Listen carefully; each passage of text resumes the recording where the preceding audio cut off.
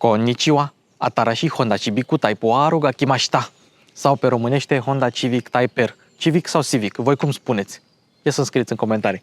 Eu zic Civic, că am crescut cu Fast and Furious, am crescut cu Tokyo Drift, am crescut cu NFS și era Civic. Dar dacă voi ziceți Civic, nu e nicio problemă. Măcar nu ziceți CMC, cum zicea un coleg de-al meu de liceu, că EV-ul din nume seamănă cu un M.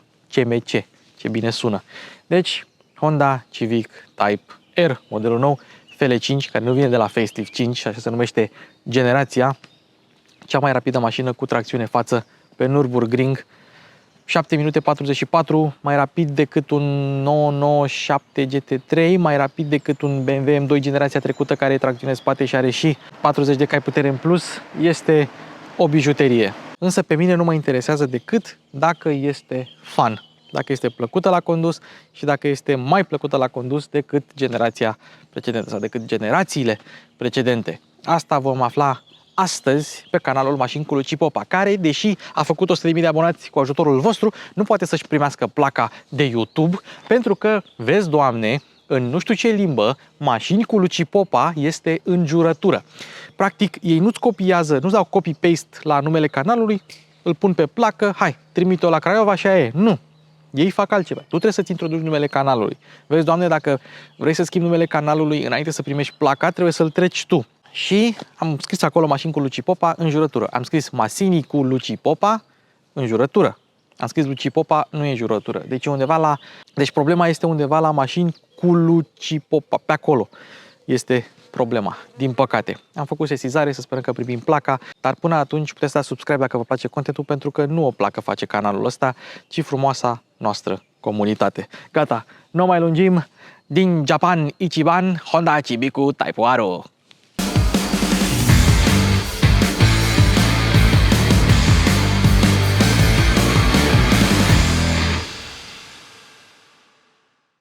De câteva luni știți de la mine de aplicația Bolo, prin care poți să-ți faci RCA simplu și rapid, pentru că scanezi cu telefonul datele tale și ale mașinii, merge și la persoane juridice și primești ofertele rapid la un preț corect. Mai mult poți să plătești cu Apple Pay și Google Pay, deci totul este atât de simplu, nici nu vă puteți imagina. Ei bine, acum există o nouă funcție în aplicația Bolo. Este singura aplicație de RCA prin care poți să-ți faci RCA în vederea înmatriculării. Ai absolut toți pașii acolo în aplicație dacă selectezi funcția în vederea înmatriculării. Bolo, fă-ți RCA în 2 minute, acum și în vederea matriculării. Deci ce este Honda Civic Type R? Este fie sedanul, fie hatchback-ul sportiv bazat pe Civic. Sedan au fost pe diferite piețe.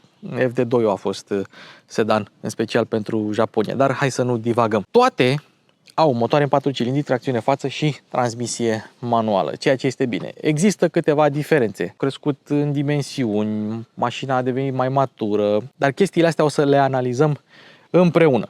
Au fost 6 generații, ia să vedem dacă le mai țin minte. EK9, EP3, FD2 sau FN2 dacă era în Europa, FN2 era hatchback-ul, FK2, FK8 și FL5. Asta este FL5-ul. Și probabil va fi ultimul Type R care nu va avea niciun fel de asistență electrică sau ultimul Type R care va fi 100% termic, să spunem așa. Din păcate. Ce ne-ați făcut, Uniunea Europeană, ce ne-ați făcut? Ne-ați omorât mașinile, ne-ați obligat să trecem de la V10 la TDI pentru Audi S6 și o să ne obligați să renunțăm la bijuteria asta. Noua generație este mai mare, este mai puternică și mai rapidă pe Nürburgring, devenind chiar cea mai rapidă mașină pe Nürburgring, cu tracțiune față 7,44. Un timp fenomenal. Cum? O să aflăm astăzi împreună. În 1965, Richie Ginther câștiga Marele Premiu al Mexicului la volanul unui monopost de Formula 1 Honda, fiind prima victorie japoneză în Formula 1. Mașina era vopsită în alb și avea în bot un disc, un cerc roșu, simbolizând soarele, simbolizând drapelul Japoniei. Ei bine, toate modelele Honda Civic și toate modelele Type R au emblema roșie tocmai din acest motiv. Este inspirată de spiritul de competiție al celor de la Honda. Și dacă vedeți o Honda cu emblemă roșie, atunci sigur este Type R sau este cineva care și-a pus embleme roșii pe modelul normal.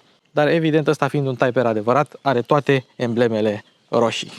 FK8 era o mașină agresivă, unii spuneau prea agresivă, dar mie nu, mie mi-a plăcut mașina aia.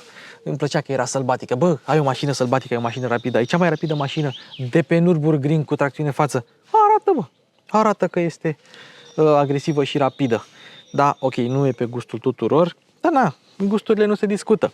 Mașina asta este cu 13 mm mai joasă și 15 mm mai lată decât generația precedentă. Cu toate astea, ea este mai aerodinamică, are un coeficient aerodinamic mai bun, generând totodată mai multă forță de apăsare și nu mai are prize de aer false. Tot ce pare funcțional, este real și o să vedem că sunt și vopsite toate în negru lucios. Deci orice element care face ceva la exteriorul mașinii este vopsit în negru lucios. Cum arată din poziția asta? Mie îmi place. Chiar dacă mașina pare mai mult a sedan, dar nu contează.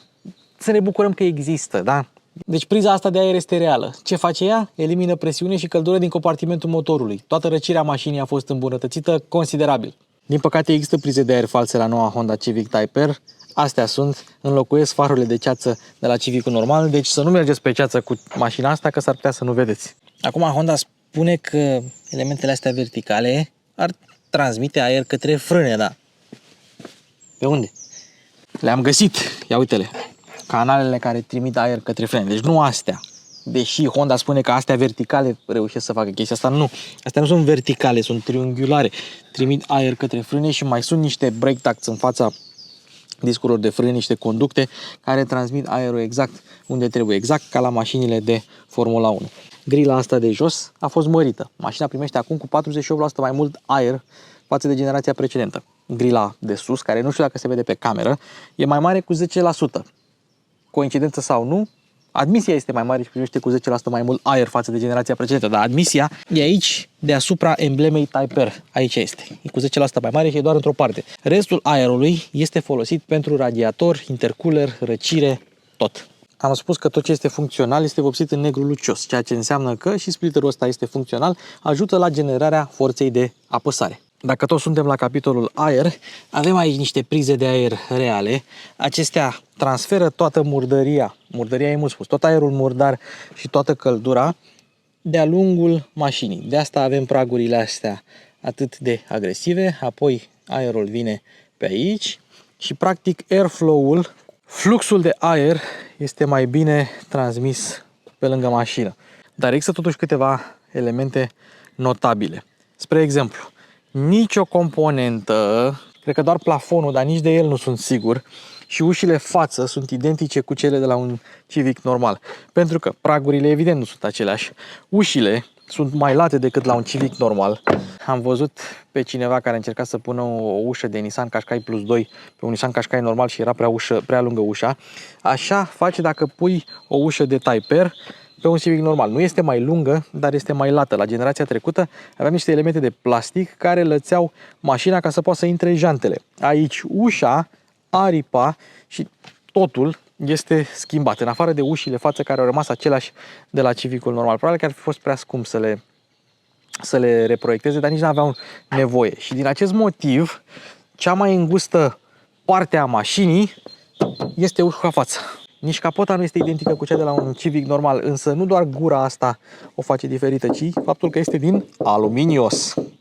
Scurt reminder, ne concentrăm pe ce face Type R-ul Type R. Nu vorbim despre Civic la modul general. Am un review la Civic și o comparație Civic versus Corolla. Dacă vreți mai multe detalii, le aflați acolo. Cât s-a economisit cu această capotă din aluminiu? Cam 43% spre deosebire de o capotă obișnuită din oțel. Dar mai există o funcționalitate a capotei și a gurii aceleia, de-aia e și ea vopsită în negru lucios. Vine aerul pe aici, se folosește pentru răcire, se folosește pentru admisie, pentru tot ce are nevoie mașina și iese prin această gură de ventilație. Ei bine, aceasta nu doar că elimină presiunea și aerul murdar și cald, dar generează portanță negativă. Ce înseamnă portanță negativă? Înseamnă forță de apăsare, ceea ce înseamnă că aceste elemente funcționează precum un eleron și fac mașina mai rapidă. Oglinzile sunt și ele vopsite în culoarea negru lucios. Nu știu dacă aici avem un rol pur estetic sau este și el funcțional, însă regăsim aceste canale aerodinamice menite să reducă turbulența din jurul mașinii, să canalizeze aerul către spatele mașinii. Honda a lucrat atent cu cei de la Michelin să facă niște Pilot Sport 4S-uri care să fie special gândite pentru Civic Type-R, ceea ce înseamnă că anvelopele astea au o altă compoziție față de niște 4S-uri normale și cred că trebuie să le comanzi special dacă vrei vreodată să le schimbi sau poți să pui niște 4S-uri normale. Însă, dacă vrei dimensiunea asta, eu cred că primești fix această compoziție, pentru că 265/30 pe 19 este noua dimensiune gândită special pentru Civic Type-R și atunci dacă le comanzi în dimensiunea asta, s-ar putea să le primești fix pe astea de Civic Type-R. Deci, Michelin Pilot Sport 4S-uri 265/30 pe 19 poți, sau mă rog, pe unele piețe poți, dacă vrei, să-ți comanzi de la dealer și niște cap 2-uri dacă vrei să fie mașina și mai rapidă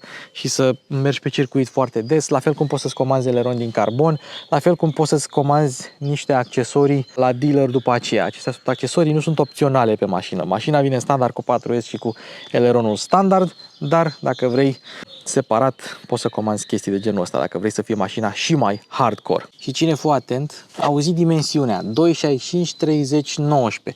265 înseamnă că ele sunt mai late, atât față cât și spate. De ce? Asta e simplu. Mai multă suprafață de contact, mai multă aderență, mai multă tracțiune, în special când ai foarte mult cuplu pe roțile față. Deci când ai foarte, foarte mare cuplu, ai nevoie de multă aderență și atunci lățești anvelopa, ai mai multă suprafață de contact și mașina va accelera ceva mai bine. 30, evident, talon îngust, e normal, mașină sportivă, și 19, adică 19 inch, adică ele sunt mai mici cu un inch față de generația precedentă. De ce? Din mai multe motive. 1. Ar fi confortul. Nu că asta ar fi prioritatea mașinii, pentru că avem amortizoare adaptive, evident recalibrate față de generația trecută. Pe confort, mașina tot rigidă e, dar parcă e mai ok pe confort față de generația trecută. Dar un inch ajută, așa cum poate orice bărbat să ateste. Al doilea motiv este faptul că jantele astea de 19 inch sunt mai ușoare decât cele de 20 de inch. Mai ușoare, mai mici, înseamnă masă neamortizată redusă. Masa neamortizată are un mare efect asupra manevrabilității mașinii. Al doilea motiv, jantele astea de 19 sunt mai mici și mai ușoare decât cele de 20 de inch de pe ediția Limited Edition, care avea cele mai ușoare jante din generația precedentă.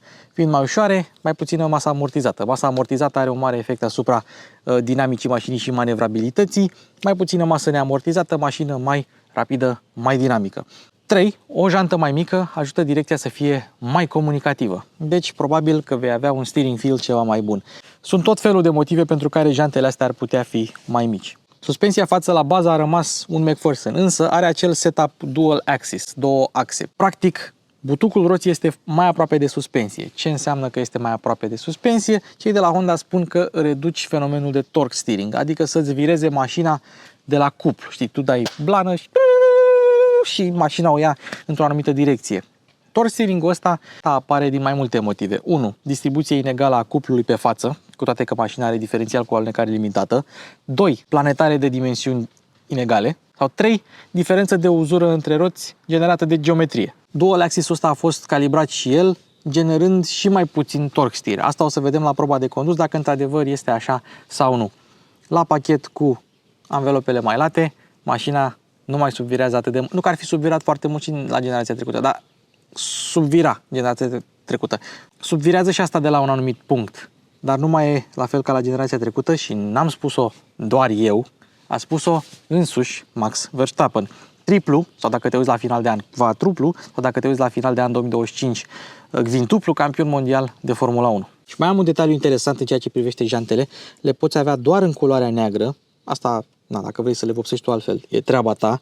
Prezoanele sunt negre pentru prima dată la Honda Civic Type-R și avem un design de tip reverse rim, ceea ce înseamnă că janta arată mai lată decât este cu adevărat. Și uitați-vă cât de frumos sunt montate ventilele.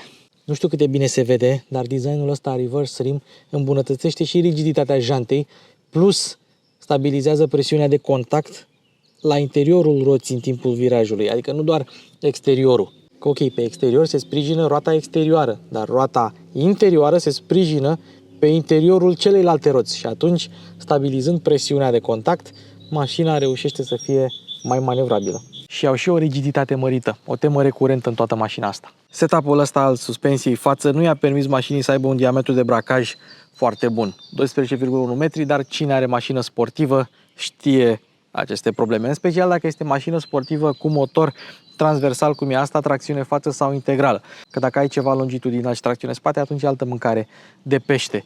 Dar, față de generația trecută, avem un apartament mai lung cu 3,5 cm. Poate nu părea mult, dar ajută foarte mult la stabilitatea în linie dreaptă.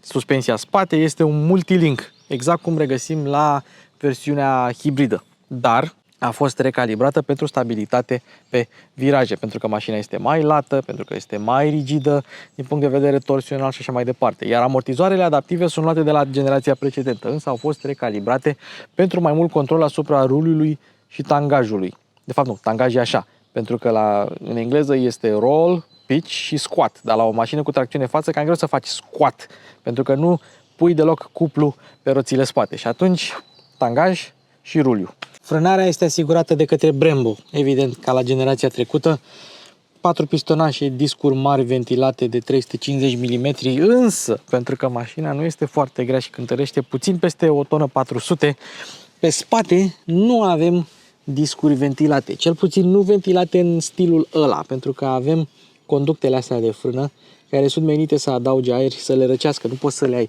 nerăcite, dar ele nu mai sunt sau nu sunt ventilate, așa cum sunt discurile față. Un singur pistonaș 305 mm e un detaliu destul de interesant. În față, conductele arată puțin altfel și au niște canale, dar aici avem un duct din ăsta mare și tare.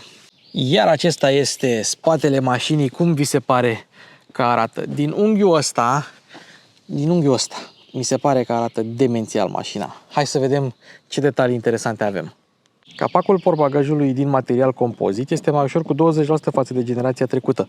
Trebuie menționat că materialul ăsta este folosit și la alte modele Honda și la Civicul normal. Fiind un hatchback, chiar dacă nu pare, avem ștergător și e montat fix sub eleron. E o poziție destul de ciudată și mai rar vezi așa ceva. Mai rar vezi un hatchback cu un eleron din ăsta și plus stropiliciul care se află acolo.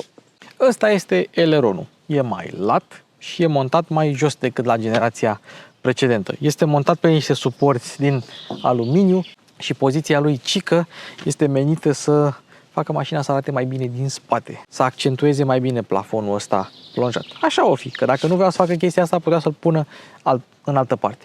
Ce e interesant este că nu este în plan orizontal și destul de ciudat pentru un eleron, el nu este montat în plan orizontal.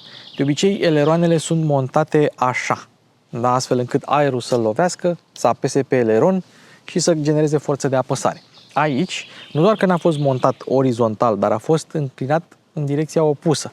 Ce înseamnă asta?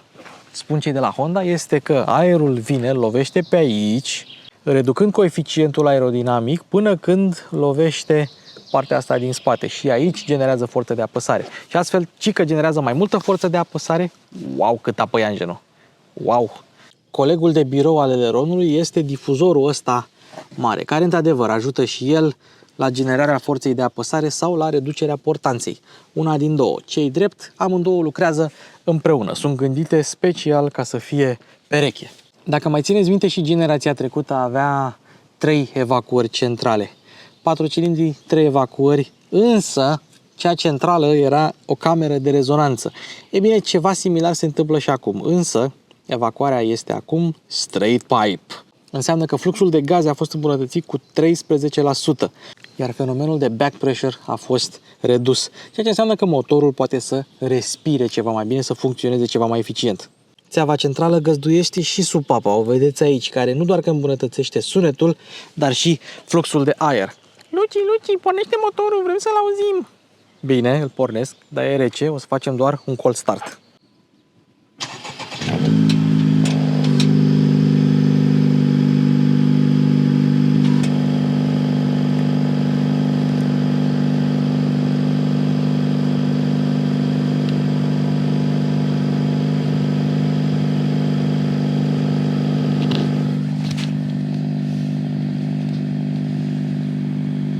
Cam așa se aude evacuarea lui Type-R cu filtrul de particule. Și cei de la Honda ne promit că intermediara este mai gălăgioasă, ceea ce înseamnă că vom auzi în interiorul mașinii mai mult zgomot de motor. Așa să fie. Doamne ajută! Unul din motivele pentru care mașina asta este cu mult mai rapidă pe viraje decât generația precedentă, cu toate că nu are mai multă putere, deci nu ăsta ar fi factorul, este că inginerii au folosit de 3,8 ori mai mult adeziv structural decât la generația precedentă de Type-R. Ba, da, mă, naiba, de 3,8 ori mai mult. Unde s-a folosit mai mult? Păi, în partea frontală, pe la uși și pe la oalele amortizoarelor spate. Faptul că mașina asta este mai rigidă ajută și la NVH, Noise, Vibration, Harshness, chestiile astea care se transmit în interiorul mașinii din afara mașinii, zgomot, vibrații, duritate și așa mai departe. Mașina te izolează mai bine față de generația precedentă, cu toate că mi-a scos un 66 de decibel pe decibel metru. Asta vine de la faptul că avem anvelope late și motor destul de zgomotos, deci nu e asta problema. E gândită mașina să fie așa, dar este și mai sigură în caz de impact, pentru că podeaua nu se mai rupe așa cum se rupea înainte. Nu că înainte se rupea foarte rău, dar a fost îmbunătățită și mai mult. Asemenea lui Quentin Tarantino, și inginerii de la Honda au un fetiș pentru picioare, deoarece longeroanele au fost reproiectate astfel încât în cazul unui impact frontal să nu te lovești așa de rău la picioare, ai airbag-uri pentru genunchi, dar s-au gândit și la impactul lateral, ușile față, cu toate că arată la fel precum cele din Honda Civicul normal, ele au fost ranforsate față de generația precedentă. Deci, în cazul unui impact lateral, mașina este ceva mai sigură. Și dacă ne mișcăm în spate, faptul că mașina este mai lată le-a permis inginerilor să mai rigidizeze zona asta și astfel încât ușa mai lată cu aripile astea mai late sunt un pic mai sigure decât la versiunea normală, la versiunea hibridă și astfel în cazul unui impact lateral ești mai bine protejat. Pentru că și cheia diferă față de un Civic normal, o să o arătăm.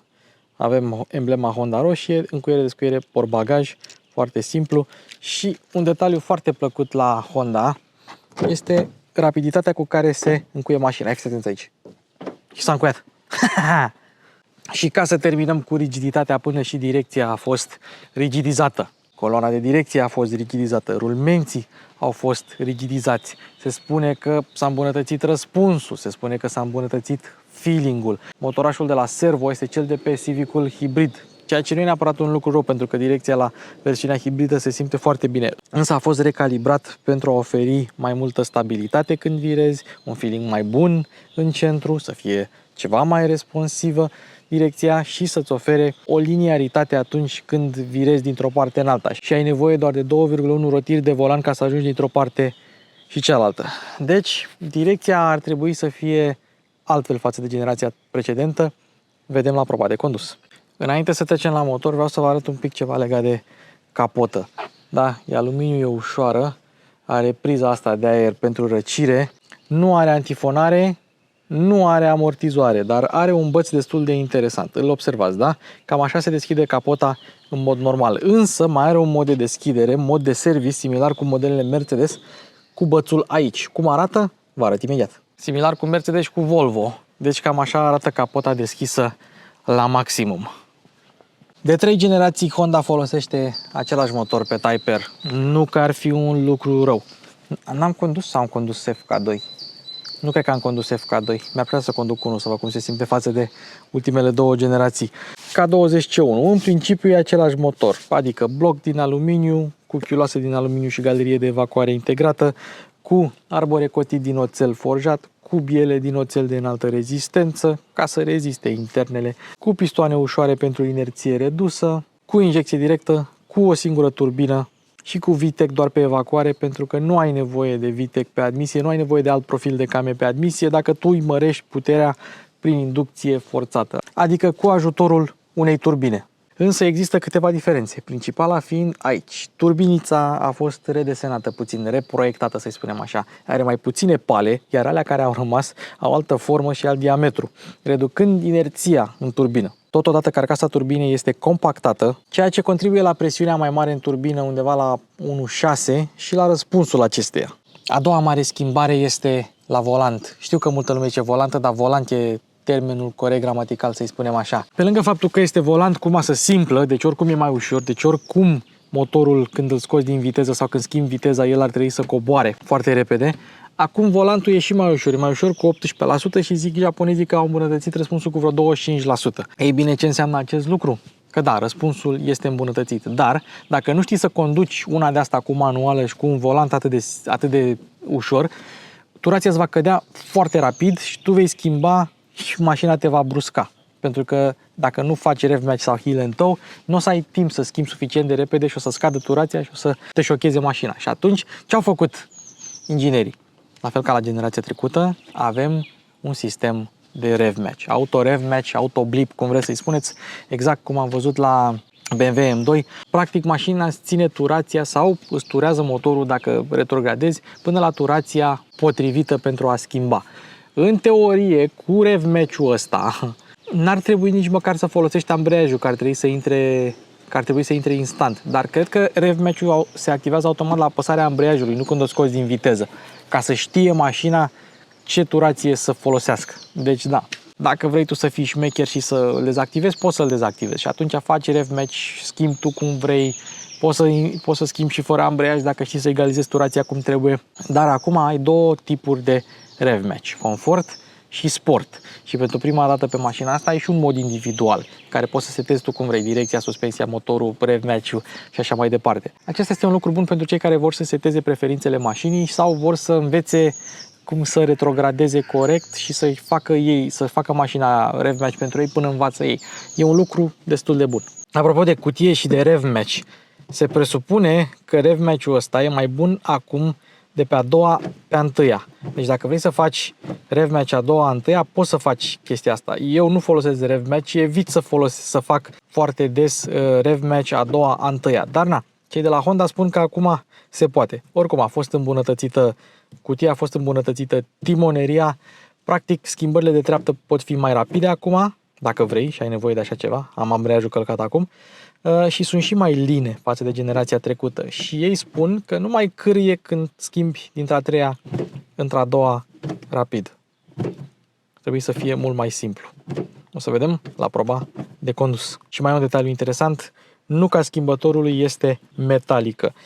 Oricât de cald ar fi afară, ea este rece tot timpul. Dar dimineața când te urci în mașină și pui prima dată mâna pe schimbător, simți că te-a atins un White Walker din Game of Thrones. Simți cum toată răcoarea trece așa prin mâna ta și îți ajunge în creier. E o senzație foarte impresionantă. Și îmi place că avem un schimbător metalic adevărat. Și da, fiind japoneză, marșarierul este așa. Dar, din fericire, nu-l poți activa din mers. Am întâlnit multe mașini sport în ultima perioadă, mașini sport cu transmisie manuală care aveau treptele destul de lungi. Din fericire, la Type-R nu e așa. Sunt treptele destul de scurte. Adică la 2000 de ture, între 6 ai undeva la 82. Adică e destul de scurticică transmisia, mai ales având în vedere viteza maximă pe care o prinde mașina. 275 și nu cred că e limitată electronic, dar e 275 de ceva generații încoace. Deci ar trebui să nu fie limitată sau să fie limitată doar din cutie. Suta în 5,4. Asta dacă știi să pleci foarte bine cu mașina. Și da, poate că diferența de putere față de generația trecută nu e așa de mare. Adică 320 de cai avea generația trecută, 329 are asta, la 6000 de ture. Deci după 6000 mai poți să mai dai. Iar cuplu maxim e pe o plajă ceva mai largă, 2200-4000, dar este și mai mare. 420 Nm. Generația trecută avea 400 și FK2 parcă avea 370, deși și avea 310 cai putere. Deci au mărit cuplu mai mult decât au mărit puterea. Iar asta se simte, mașina trage bine pe reprize. Trage mai bine pe reprize decât pe 0-100, așa că nu fiți hater pe timpul de 0-100. Încă RS3-ul meu o face. Sau că S3-ul tău mă face. Sau că, nu știu, Passatul tău din 2001 TDI 4, da, mă face care soft. Și da, poți și lasă să mărești puterea din soft, dar la o mașină de genul ăsta cu tracțiune față, scopul nu e să ai 1000 de cai putere pe față. Este de a transmite puterea și de a o folosi cât mai mult. De asta are diferențial cu alunecare limitată, de asta are anvelope late, de asta are etajarea cutiei așa cum o are, ca să pună puterea cât se poate de jos. De asta are dual axis-ul ăla, ca să pună puterea și să o folosească. De asta e cea mai rapidă mașină cu tracțiune față de pe Nürburgring. Un Passat Quattro cu 400 de cai nu s-o bată pe asta pe Nürburgring, niciodată.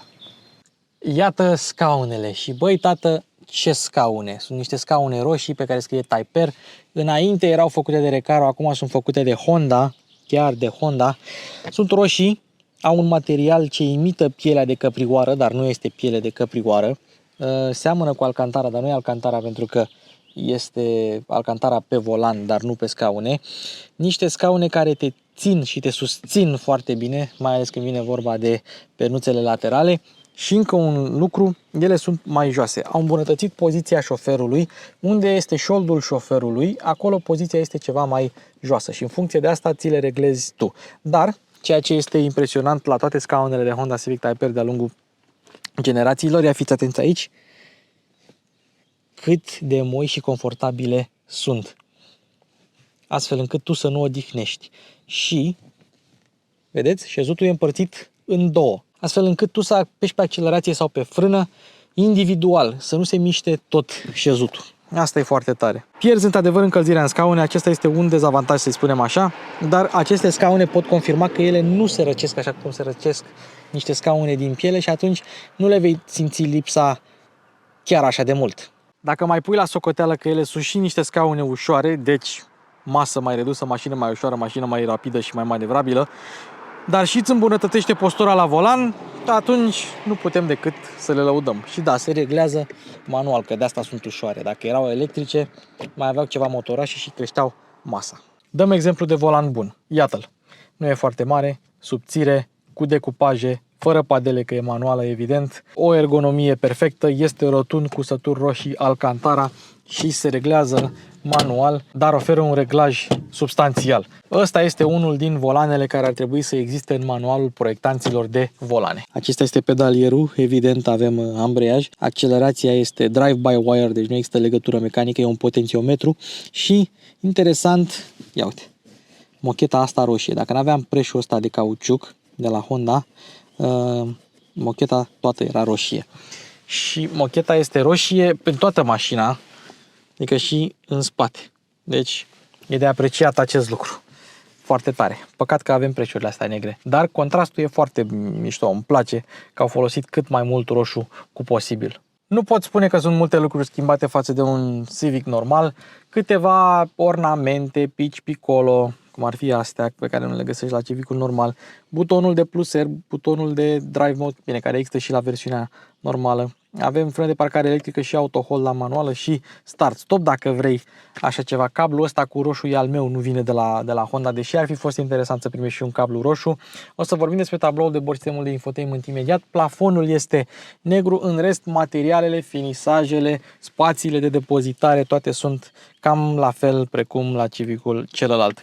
Și evident o cotieră destul de micuță, dar două suporturi de pahare măricele. Aspectul practic nu a fost neglijat la Type-R. Și dacă vreți să vedeți și portbagajul, el are același volum de 410 litri, adică este o mașină foarte practică, având în vedere clasa compactă din care face parte. Avem copertina asta în stil frigider, cum îmi place mie să-i zic, și ăsta este volumul. Na, nu pot spune că ai ceva în plus, cu toate că n-ai bateria sistemului hibrid, celălalt Civic fiind hibrid, aici mai ai un mic spațiu de depozitare, dar n-ai roată de rezervă. O roată de rezervă ar fi adăugat masă, cu toate că, zic eu, ar fi echilibrat puțin mașina, exact ca la BMW-uri, adică mașina e grea de bot sau mai grea de bot și o roată de rezervă ar mai fi echilibrat, însă masa redusă bate roata de rezervă oricând la orice oră. Bancheta este în continuare rabatabilă și o să o arătăm imediat. Apropo, spațiul în spate este la fel precum la Civicul normal. Însă cei cu ochi de vulturi probabil că au observat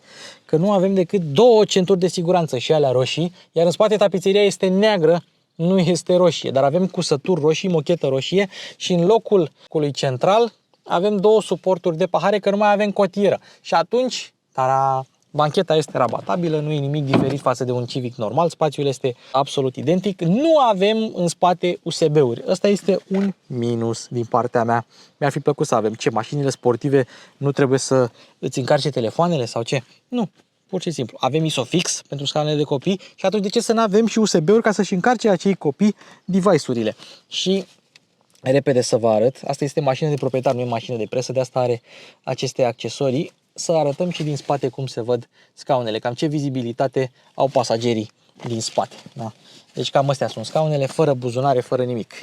La Toyota aveam buzunar doar în dreapta, la Honda nu avem buzunar deloc. Bine, la scaunele astea sportive nici nu te-ai aștepta să ai buzunare, dar am zis să le arătăm chiar și așa. Buzunarele sunt destul de micuțe în spate, dar nu diferă față de cele de pe o Honda Civic normală. Și mai avem și rezervorul, 47 de litri, benzină, evident, că nu poți să-i pui diesel, nu există Civic diesel, deci nu există decupaj pentru AdBlue și recommended 98, minimum 95 dacă într-adevăr n-ai ce să faci. Și 10% concentrație maximă de etanol dacă vrei sau dacă astfel de benzină găsești. Dar se recomandă 98 am băgat și eu în ea. Acesta este tabloul de bord, temperatura în stânga, combustibilul în dreapta și în centru avem sistemele de asistență. Dacă semnalizezi, semnalizează și mașina, dacă dai flash-uri, la alte mașini, la alte Honde, de asta e, pornim noi faza scurtă, dăm flash-uri nu. La alte Honde mergea și să dai flash-uri. Hai să vedem ce avem în stânga. Aplicații, adică Apple CarPlay, Android Auto, Customize Display, Back, Phone, FM, DAB, whatever, Bluetooth, Apps, Customize Display. Eu o las pe CarPlay. În centru avem sistemele de asistență, dacă vrem să pornim conducerea semi-autonomă sau pilotul automat sau mai știu eu ce. Deci ele pot fi configurate așa. Hai să vedem în dreapta ce găsim. Avem consumul, range-ul și schimb trip A, trip B. 9500 în cap kilometri. În cap n-am plănuit chestia asta. Viteza medie, navigație, avertizor viteză, drive safely, presiunea în turbină, avem ce tare, accelerație, frână, foarte tare, G-meter, accelerometru, centru de siguranță, ulei, sistemele de asistență, dacă vrei să dezactivezi lane keep assist sau alte asemenea, lane departure warning, le ai aici pe toate, no content, sau poți să schimbi din kilometri pe oră în mile pe oră, customize display și așa mai departe. Și dacă dai la customize display, gauge design, poți să-l schimbi de la round la bar, round cruise, ok, și bar cruise, adică ele vor dispărea când este activat pilotul automat, chestii de genul ăsta. Le lăsăm pe round, dar aici nu se termină totul și trecem în sport. Se face totul cu roșu. Și dacă trecem în plus R, avem informațiile plus R. Și dacă dezactivăm pilotul, observăm restul informațiilor, deci cele pe care le-am arătat până acum. Și în centru avem apă, avem ulei, avem presiune turbină, avem temperaturi. Practic avem tot ce ne trebuie ca să știm când să mergem cu mașina tare. Dar dacă o trecem în individual, că avem și un mod individual, în modul individual poți să vezi același tablou de bord, dacă vrei. Adică nu trebuie să treci în Type R, în Plus R poți să rămâi în confort, dar pe individual și să ai tabloul ăsta de bord și să vezi informațiile cu privire la temperatură, să știi când poți să pleci de pe loc sau nu. Sper că n-am uitat să arăt plăcuța. Fiecare mașinuță are propria plăcuță de fabricație. Acelea sunt ultimele cifre din seria de șasiu. Dacă vrei să dezactivezi controlul tracțiunii 100% off, atunci treci în Plus R, apeși pe SP off, se dezactivează SP-ul și acum rămâi și fără tracțiune. Nu doar fără SP, cum se întâmplă la celelalte moduri. Și avem aici sistemul de infotainment, un sistem de infotainment pe care l-am mai prezentat și pe alte modele Honda. O să intrăm doar în diferențele dintre o Honda normală și un Type R. Și prima dată trebuie să mergem la All Apps, mergem jos de tot la Vehicle Settings, mergem la Driver Assist Systems și ne ducem la Rev Match System, off sau on. Eu îl țin pe off. Atenție! Dacă nu ai frâna de parcare activată, nu poți să umbli la această setare. Dacă ai frâna de parcare activată, poți să umbli la această setare. Bun. Apoi urmează Honda Logger, care nu este frate cu Dacia Jogger, ci este sistemul de telemetrie al mașinii care se poate conecta la telefon. Poți să-l conectezi, poți să nu-l conectezi.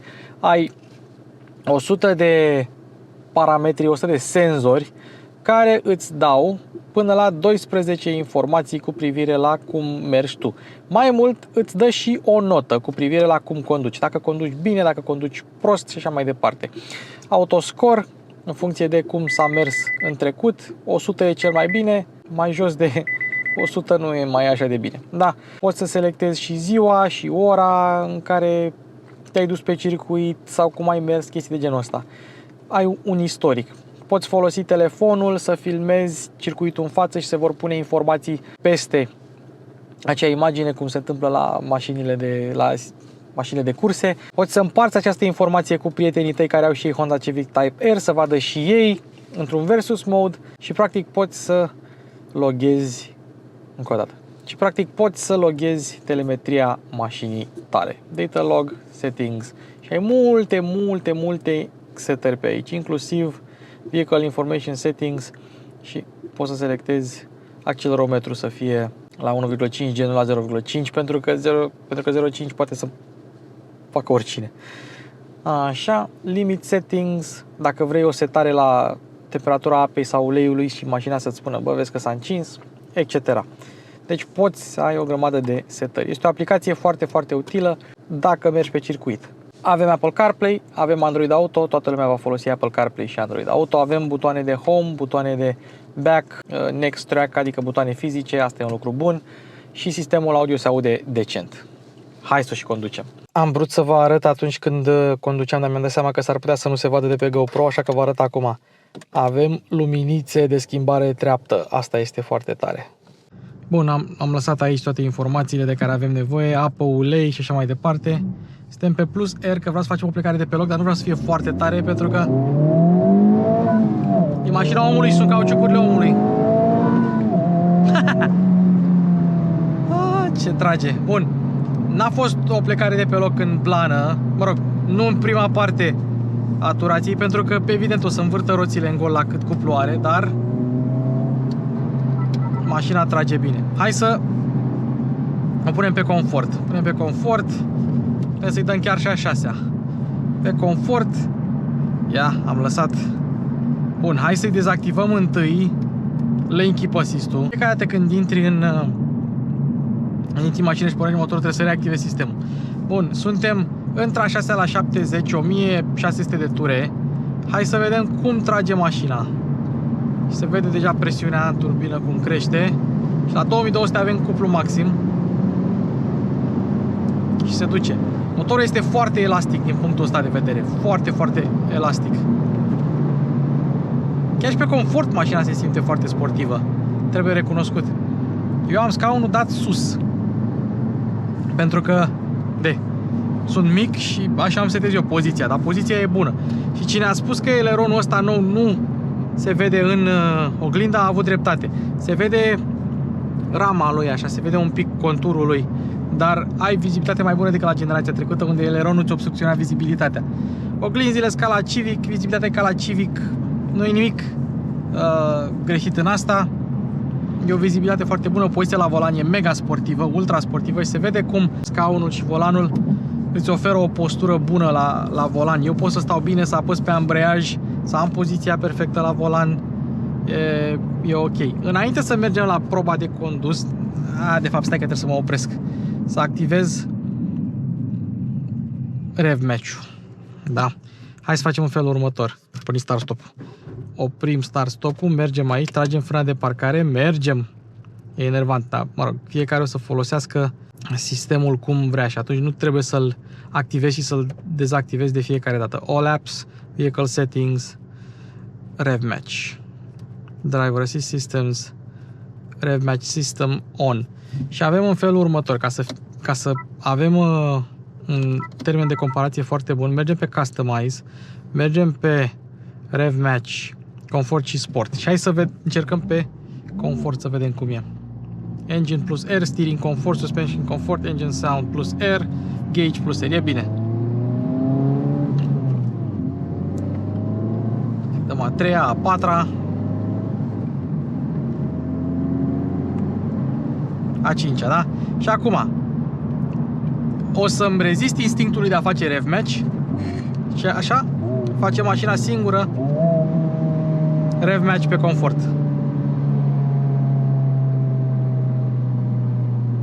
Și așa face pe sport. Ia să vedem pe sport. A 4-a, a 5-a, da? Ia. A 5-a face mai agresiv. Dar mie nu-mi place pentru că eu oricum am reflexul să fac și să dau și mă stresează. Dar am vrut să vă arăt cum face mașina rev match singură. Bun, frâna de parcare, Rev match off. Pe confort poți să o folosești ca mașină de zi de zi, foarte docilă, evacuarea nu se aude tare, se aude mai tare acum, direcția e destul de moale, ba chiar e plăcută și o să încercăm la final să vedem cum e mai plăcută, dacă e mai plăcută pe confort sau pe sport. Că acum e întărită destul de tare și pe Plus R se întărește și mai tare. Ia să vedem. Se întărește și suspensia. Dar hai să trecem pe Plus R, dacă toți suntem băieți, hai să o trecem pe Plus R.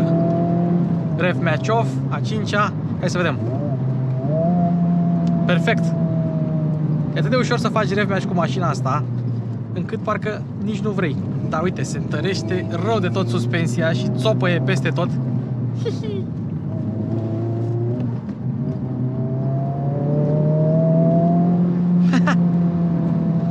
E foarte rapidă, adică n-ai unde să te bucuri de toate resursele mașinii. Hai să dăm pe individual, pentru că vreau să avem suspensia pe confort și direcția pe confort, dar restul pe Plus R. No, e mega rapidă. Oh. Într-adevăr, direcția pe confort e mai ușoară și nu mai simți că te lupți cu mașina, dar mai pierzi un pic din feedback. Pierzi un pic din feedback. Sunetul se aude bine pe Plus R. Evacuarea e plăcută, nu face poc, nu pocăne, dar e ce trebuie. Și pe un drum ca ăsta, care nu este țiplă, suspensia e mai bună pe confort, parcă te ține mai conectat pe asfalt decât o evacuare normală. Poți să faci rev match fără probleme cu ea. Poți să faci, dacă știi să conduci, poți să faci. Uite, aici mi-a subvirat. Oricât de mult ar încerca diferențialul să lucreze pentru tine, există situații pe niște dâmburi, pe niște hopuri, pe o schimbare de camber în care mașina o să subvireze puțin. N-ai cum să elimini în totalitate subvirarea, mai ales dacă ești în putere. Ceea ce trebuie să facem noi acum, apropo, pe dâmburi foarte bună. Deci nu trebuie să dați tare în dâmburi, nu ăsta e scopul. Deci ce-i drept, mașina e foarte rapidă. Ia să vedem dacă are torque steering. Și acum asfaltul nu e perfect. Deci nu se duce în nicio parte. Torque steering-ul a fost într-adevăr eliminat. Ce e foarte, nu știu dacă să-i spun greu sau ușor de făcut cu mașina asta, e să te abții. Să te abții să mergi tare. Însă mașina e foarte performantă. Mai performantă decât ai crede la prima vedere. Deci trage fără nicio problemă, până în 7000. Frânează excelent. Deci are o stabilitate pe frâne. N-ai nicio problemă cu ele. Ba chiar pornești și avariile dacă frânezi tare. Dar e foarte stabilă pe frânare. Nu se întâmplă nimic stânga-dreapta, nu se mișcă, nu nimic. Direcția nu e cea mai rapidă, dar este destul de comunicativă. Știi ce se întâmplă cu roțile față. În momentul în care roțile față încep să alunece, tu simți asta imediat în volan. Și în scaun. Și în restul mașinii. Dar o simți. Și e foarte ușor să mergi tare cu mașina asta. Asta e problema, pentru că riști să exagerezi și nu îți dai seama de chestia asta. Efectiv, nu îți dai seama că exagerezi. Știi? Mult mai ok pe confort pe aici, pentru că altfel ar fi țopăit. Pe sport, într-adevăr, țopăie. Uite aici, a vrut să fugă puțin de față.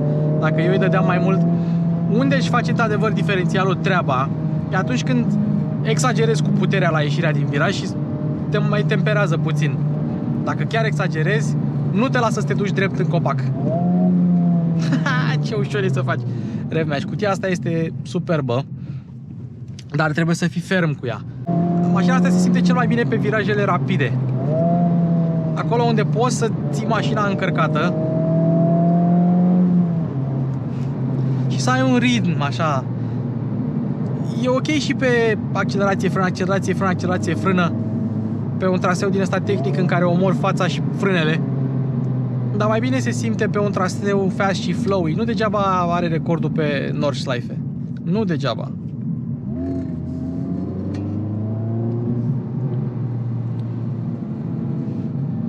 Într-adevăr, în linie dreaptă e bombă. Ceea ce e probabil și mai surprinzător este că mașina, dacă chiar o fâsticești, o dai de gard, o să-ți supravireze. Și atunci trebuie să te aștepți și la comportamentul ăsta. Oricât de neutră ar fi ea, la limită, întâi te ademenește cu o subvirare, să spună că bă, cam acolo e limita, și dacă exagerezi, e posibil să te ducă în supravirare. Că e posibil, sigur e posibil. Sigur te va duce în supravirare. Frână excelent, încarci fața, te duci, frână iar, încarci fața și la ieșire, ce se duce. Oh my god. Trebuie să mergem totuși destul de civilizat. Aici avem prioritate la dreapta, dar trebuie să fim totuși atenți.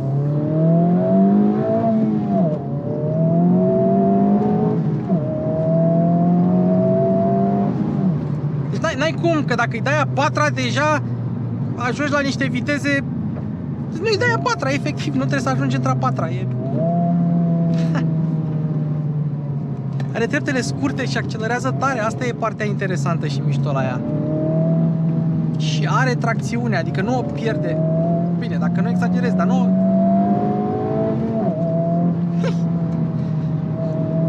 Oh.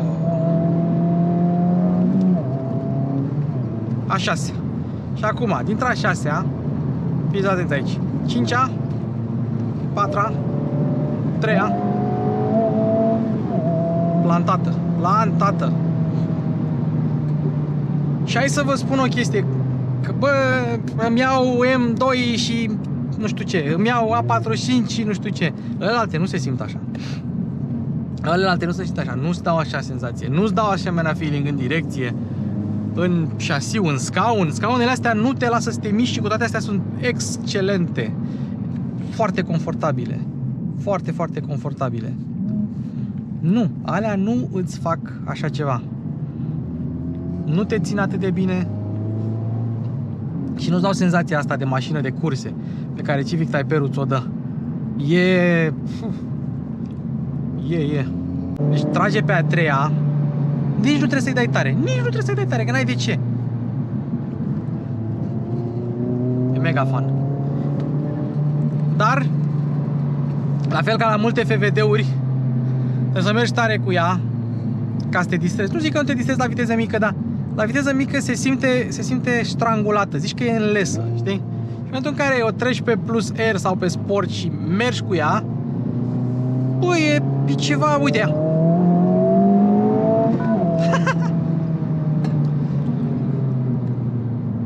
Și da, asta e mașină de circuit, e mașină de mers cu ea pe viraje, e mașină de mers în zone din astea ca lumea. Limitele ei sunt foarte sus. Dacă scoate 744 pe Nürburgring, e clar, la 330 de cai, e clar că are limitele foarte sus. Și atunci, dacă tu vrei să te distrezi cu ea, trebuie să mergi foarte tare cu ea.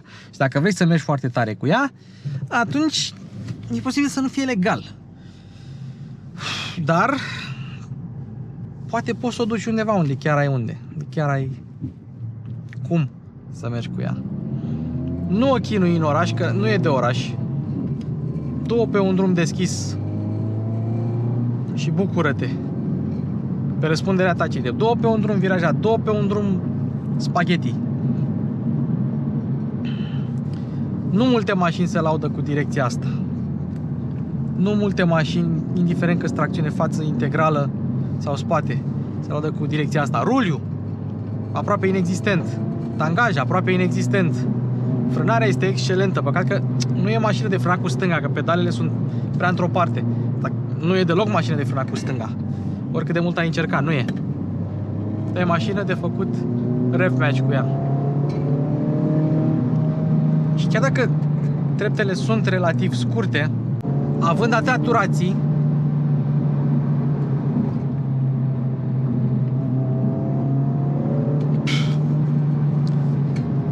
urcă ca nebuna. Deci 2000-4000 e în cuplu, 6000 e în putere. Până atunci e undeva la limit. Între 4000 și 6000 trage și. Și asta nu e blană, că eu nu-mi permit să-i dau blană. Asta e chestia. E prea rapidă ca să mergi în blană cu ea. Dar e super distractivă. Super distractivă. Uite, a 5-a. Asta e porțiunea mea preferată din toată zona asta. Coborâre, stânga, urcare, te duce, urcare dreapta, frânezi înainte de curbă și trebuie să o iei pe exterior. Dacă știi că nu e nimeni pe aici, o iei pe exterior, intri pe exterior și după aceea la fel. Și cu asta la fel. Dacă știi că nu e nimeni, poți să o dai. Uite, și aici pic de subvirare. Foarte puțină. Și eu nu merg la limitele ei. 5-a, 4-a, 3-a. Eu nu merg la limitele ei. Pentru că ar fi chiar o prostie și o nebunie să mergi la limitele ei pe aici. Plus că limita de viteză e 90 în pădurea asta. Deci... Dar na. Este o mașină excelentă. Este o mașină extraordinară. Este un Type R mai bun decât generația precedentă. Nici aia nu era departe. Dar na. No. It is God on Earth, vorba românului, Dumnezeu pe pământ. E mașina asta. Nici nu mai contează că la 80 la oră ai 66 de decibel pe decibelmetru pe traseul meu de test. Nu mai contează. E cât o Dacia Jogger. Nu contează că auzi motorul, auzi anvelopele. E o mașină sport, e o mașină de curse, ți asumi. E viscerală, e raw. Ca o banană de cojită. Dacă calci pe ea, te-ai dus. E ca și când ai petrece o noapte cu Jennifer Lawrence. E frumoasă, e talentată, e un pic nebună. Mai degrabă ai petrece o noapte cu Jennifer Lawrence decât cu, nu știu să spunem, o savantă care este și ea deșteaptă și ea eficientă. Dar parcă te-ai distrat mai bine cu Jennifer Lawrence. Bă, ce cutie! Hai mai facem o dată. Deci, partea asta e incredibil! Cu Rev Match-Off. Ia, fiți atenți aici. Nu e blană. Nu e blană. Deci nu m-am chinuit. 100-200 e nebunie mașina asta. E nebunie. Uite, a 6. Da, a 6, blană, 2000 jumate. Și te-ai dus, aia e doza mea de Red Bull ce se aude. Și tu, n-ai cum. Deci gândiți-vă că puteți să vă duceți de la 80 la 275 cu a 6-a și să tragă pe toată plaja. La motor de 2.0. Nu sunt motoare de 3000 care trag asta. Gata. Am terminat clipul. Wow, wow, wow. Wow. Wow. Ce cutie, ce mașină. Ce miracol, ce minune. Asta trebuie dusă undeva pe circuit și mers tare, tare, tare, tare. Și exploatată. Într-adevăr, n-are torque steering, dar are un pic de subvirare, e normal pentru o față. Dar ea îți dă încrederea să apeși gazul mai devreme decât ai face la alte modele cu tracțiune față.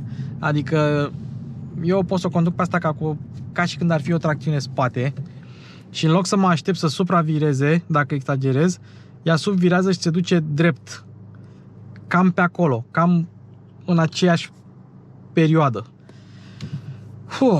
Dar e fun, e fun, e fun, este Honda Civic Type R, modelul nou, FL5. Bravo!